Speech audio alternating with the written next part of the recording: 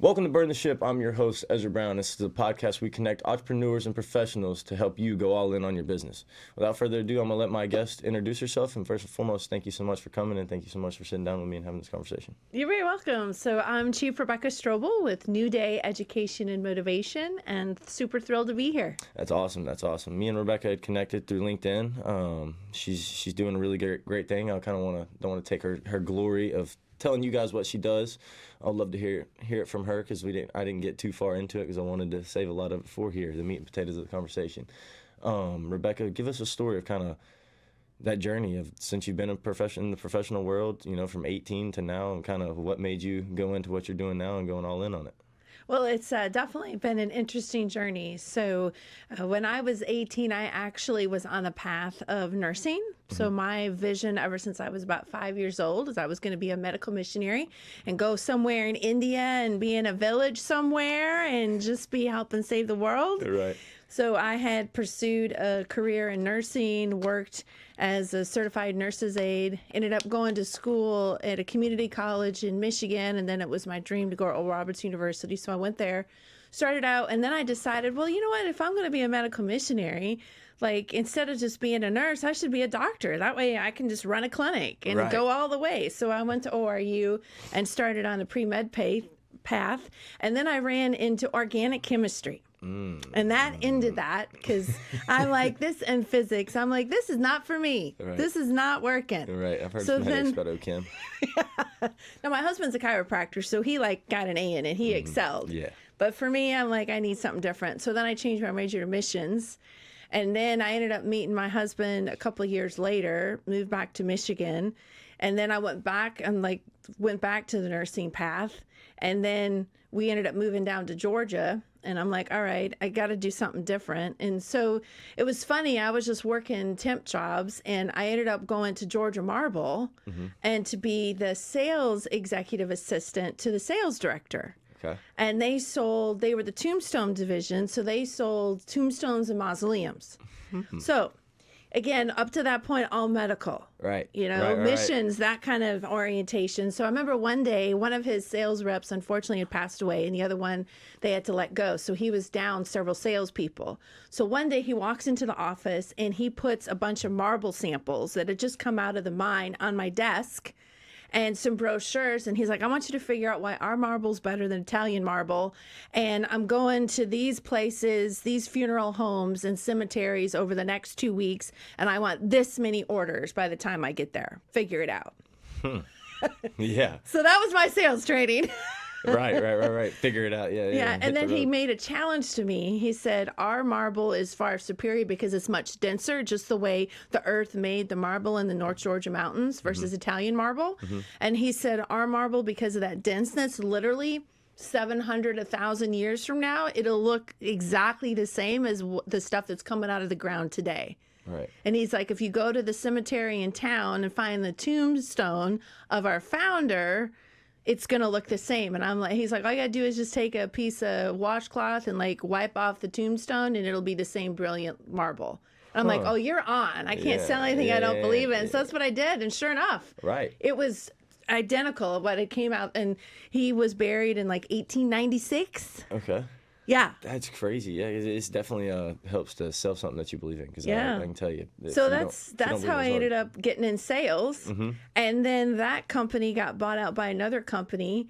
And then I found myself quickly very close to the unemployment line. So then I saw an ad in the paper. I'm dating myself here. But I saw an ad in the paper looking for salespeople to work at a security company.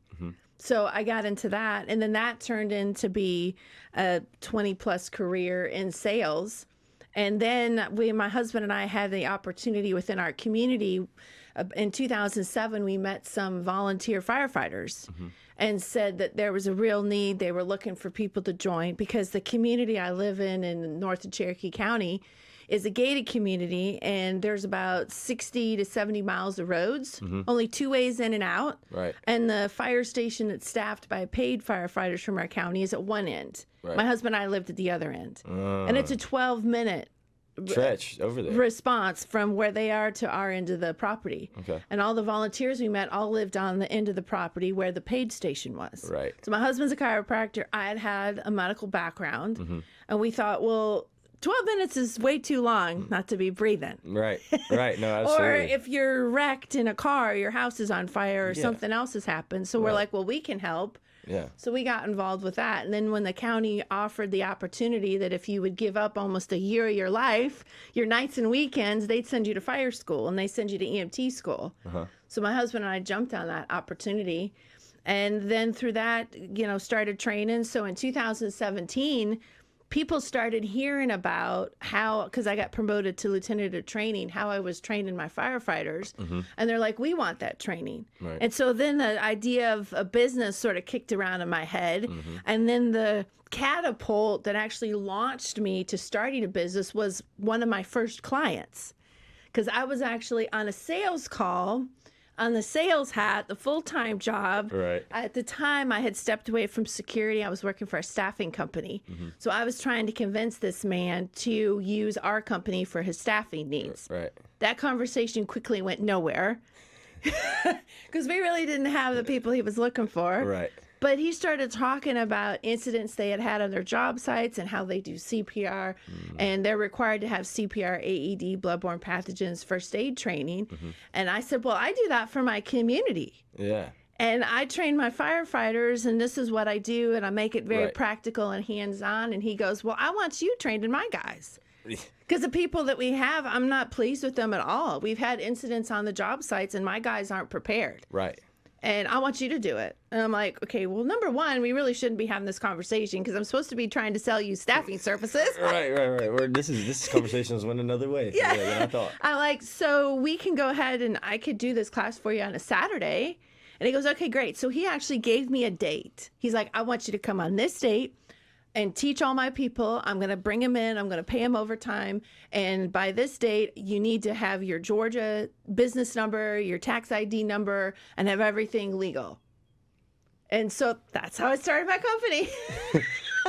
So how long after did it take for you to kind of go and be like, well, I don't need this staffing job. The sales world's kind of not for me. Whenever I could just go sell myself in my own business, because you realized that there was something there. You know what I mean? Because did that help you realize there was something there? Or did it still take some time even after that? It took some time. So you even realize like, okay, there really is something here because there's a need for all of that. Yeah, you know, 'cause absolutely. it's one of those things kids will pay. You pay $2,000 a course in college just to take that same class. You know, so that's like one of those things, like it's definitely needed. And they're only teaching you CPR, they ain't teaching you everything else in there. Right. Because I took it in class, in school because I was a sports major, so that was the reason I was there. But really kind of what, kind of how long did that, paint us a little picture of how long that took to get comfortable to realize that it was actually a business, you know? Because I know you were saying you were kicking around in your head, but how long did it look to be like, actually, we're going to do this. We're going to do this thing. Yeah, I didn't actually do that full time until last August. Really? Yes, because I was running I had the opportunity, I was lieutenant of training in our volunteer fire department. And then in 2013, our volunteer fire chief resigned. And so I raised my hand and said I felt like I'd help my community. And so all the male firefighters in my department, I was the only Georgia registered female volunteer firefighter in our department. They all elected me to be the new fire chief. Yeah. And I didn't realize this. I just wanted to help. I ended up making history in my county, not only in our volunteer fire department, but in the county. I became the first female fire chief of any level in Cherokee County. That's awesome. The next thing I know, I got a letter of accommodation from a congressman. And so that was in 2013. So I was running the volunteer fire department.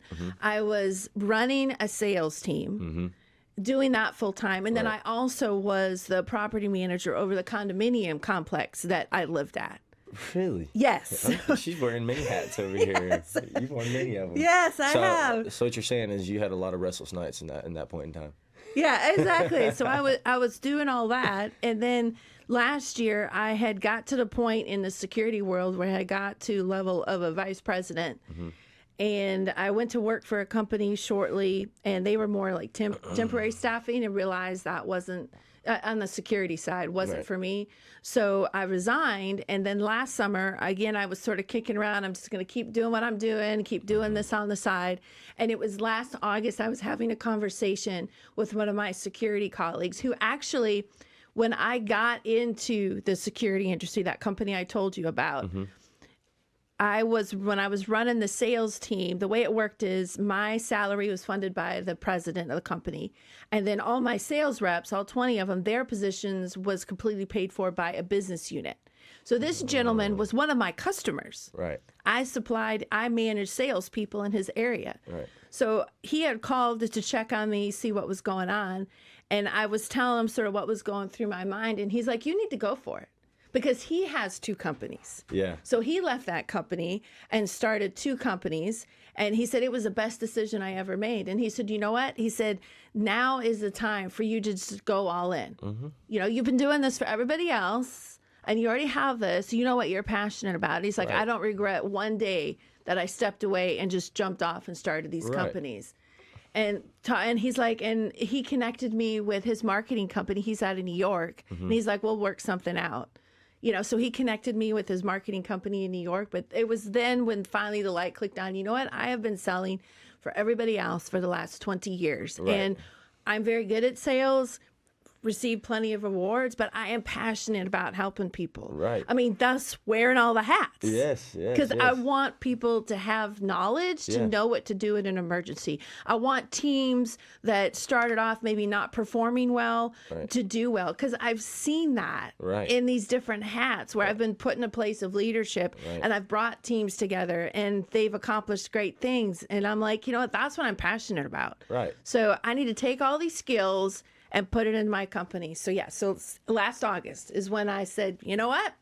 Leave the comfortable job, leave that, you know, area of comfort, and here I go. Right, absolutely. You know, and then, you know, and wearing those many hats, you know, it's kind of probably helped you, you know, in that I guess transition phase of leaving. You know, you've hopped into different roles many times, so it wasn't like you weren't too scared about it when you did it, but there was definitely tingling in the back of the mind, like, okay, this could go right, but I think we're gonna be all right.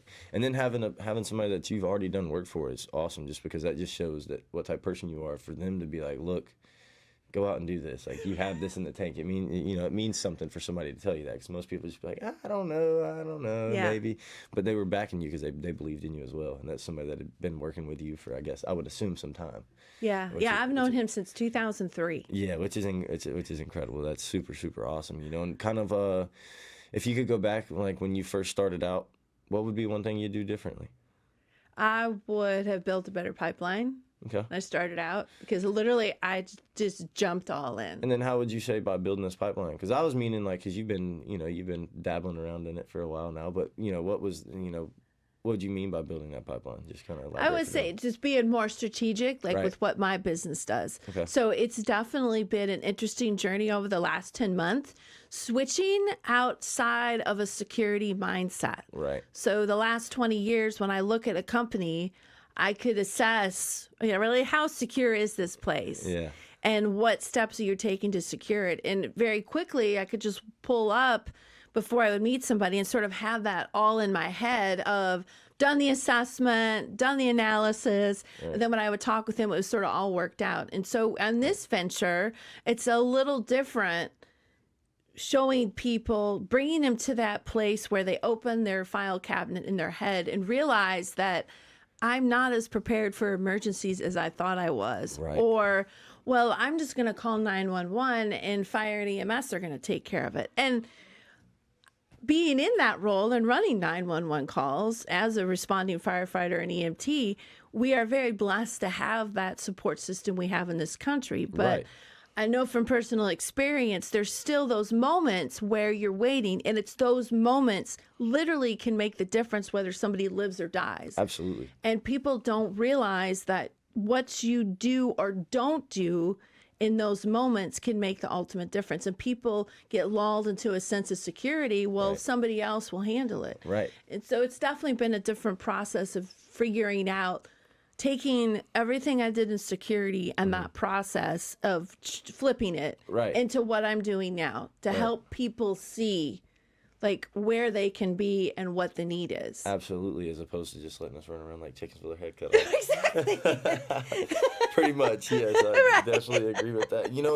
And that looking from that security lens, that's something, because you are kind of looking, that I like how you put that, you are looking at it from a backwards perspective, because, as a security, like, don't touch it, versus now it's like, touch it. Like, come on, you need to help it at some point in time. And my grandmother lives in a community very similar to what you're saying you guys live in. It's called Fairfield. It's over in Villarica, and it's about 83 miles of road. That's one entrance, one in, one out. Or, well, I guess there's two. There's a back entrance and a front entrance. But that's how it is for them. They have a fire team, and then a cop team as well. It's called SPA, and that's how it is there. Like, the response time's insane. Like, if they needed a real cop to go in there, as opposed to the SPA that's there, it would take 30 minutes. Exactly. Because it's 15, 20 minutes to drive through that place. Almost 30 if you want to get all the way through, probably 30 minutes to get all the way through it. And it's definitely something where we think about it all the time, because my great-grandmother was old. She's in her like late 80s, early 90s. I think it's late 80s. We're not going to shave some years off her life yet. But no, it's, we think about it like somebody's got to get back there too, or like she lives in the very back. She's one of the original houses in there. So it would take 15, 20 minutes to get there from the gate. From the front gate. So it's like, okay, this is crazy. So I can definitely appreciate what you do on that side. And then what was it that I guess you struggled with a lot, that you're, what'd you do really well when you first got into it? Well, reached out to all the people that I knew. Right. So the people that I had been talking to that I had only been able to teach classes for on a Saturday, I went to my current clients first. I'm like, hey, guess what? Yeah. Now we don't have to cram everything into just a Saturday. Right. I'm available for you. So a great success story of that is actually to a Roof Depot. They're a roofing company here in Metro Atlanta. Mm-hmm. They have offices in several different states. And so they were one of the first people I went to. And so we got a bunch of stuff scheduled, and they sent me to Florida. They sent me to Maryland. I mean, not Maryland, but North Carolina, because now I had the time. So that was really cool to be able to sit down with them. And also, they had me develop some additional training courses that I didn't even think about because they had a need. Right. So I developed a whole fire safety seminar, a 4-hour seminar, making them aware of fire safety, taking some of that knowledge that I learned in the fire service and applying it to their specific needs on roofing construction sites. Right, absolutely. Which is super awesome, because I didn't even think that they would have to take courses in safety courses for the roofing side. Mm-hmm. And it makes sense, though, because they are working on top of the house. Yeah, OSHA 30 feet off the ground, 30 feet off the roof. Yeah, OSHA for their industry actually requires them to have bloodborne pathogens, CPR, AED, first aid. So when it comes to the roofing industry, the construction industry, a lot of these smaller companies think it doesn't apply to them, but it does. Yeah, absolutely. Mm-hmm. That is insane. And what's been kind of in that right there, what's been the biggest difference of being outside of that Saturday versus being full-time now? It's been awesome. Yeah. And I'm now in charge 100% fully of my destiny. Right. And every time I do a class or I do a seminar, it's awesome, or do a talk, to a group, like a motivational speech, because I do that too. Mm-hmm. Every time somebody at the end comes up to me and says, like the last one I did, I got to teach a bunch of security guards, CPR, AED, and first aid. And to me, that was a really special class. Yeah, because it went full circle for you. Right, exactly. Because it's like I've spent the last 20 years selling contracts to give you opportunities of places to work. And now I get to train you on how to save a life. Right. That's absolutely. And so awesome. The security manager that was in that class, at the end, he came up to me and he said, "This has been the best class of my career." And he's been in the industry as long as I have. Really? So hearing those kind of comments, or doing a motivational speech and having somebody come up to me afterwards and say, "I'm so inspired. Your story is so inspiring. I feel inspired to do more and to be more." Like, that's awesome. Yeah. I didn't get that selling multi-million-dollar security contracts. Right. Absolutely not. You don't get that same fulfillment, and that's probably why you're enjoying it, of what you're doing so much. Yeah. And that'll segue right to my last question is kind of, what was that burn the ship moment like? What was the emotions? And I can tell that you're happy with the decision right now, but what was it like right when you said, all right, I'm leaving the staffing agency and I'm gonna go all in on it, once you got that phone call? What was that emotion, and is it paid off? Yeah, so that emotion was excitement and also like, here we go. Right. You know, there was a little bit of how am I going to figure this out? But it was excitement and really an emotion of fulfillment to where it's come full circle. Okay. You know, here's the person that was told as a young child, like, this is your career path. Right. You're going to become a nurse. You're going to live close to home. This is, who you're supposed to marry. And this is how it was like decided. Right. And in that moment, to be able to come full circle and look at everything I had accomplished up to that point and see how all these different roles, whether it was being a candy striper at the largest emergency room in Tulsa, Oklahoma through school, right. or being a fire chief, or being a property manager, or being a security salesperson, or doing sidewalk Sunday school, services and helping kids tutor that are living in an apartment complex in Atlanta where gang members go to the elementary bus stop every day to try to recruit them to get them to drop out of school, and people are being shot.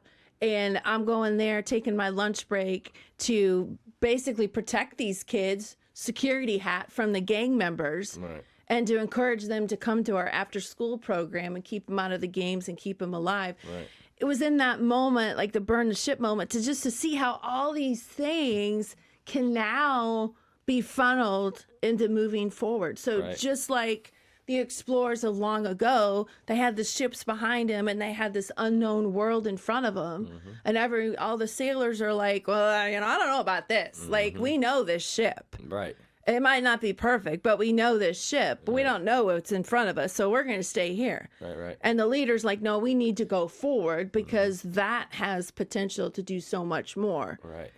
And that's how I felt. Like I had all these resources behind me, but in front of me was a whole new world of so many people that I could bring the knowledge that I had gained in all these different experiences. Right. Because people want to be safe. They want to be healthy. They want to be secure. And I've spent the last 30 years of my life, not just professionally, but personally, gathering all these skills. Right. No, absolutely. That people need. Absolutely. No, that's awesome. That is awesome. And the last thing I have for you, Rebecca, is tell the people where to find you because they're going to enjoy your story and they'll love to reach out for you. Yeah, awesome. You can find me on my website, newdayeducationandmotivation.com. And also, if you go to that website, if you're having a bad day or you're having a down day, if you click on the Be Inspired link of my website, I actually have some of my poems and motivational quotes that are on that tab. Awesome. So go there and check us out. But I'd love to. Also, I'm on LinkedIn and I'm also on Facebook. Awesome. So people can find me there. Awesome. Well, Rebecca, thank you very much. And burn the ship.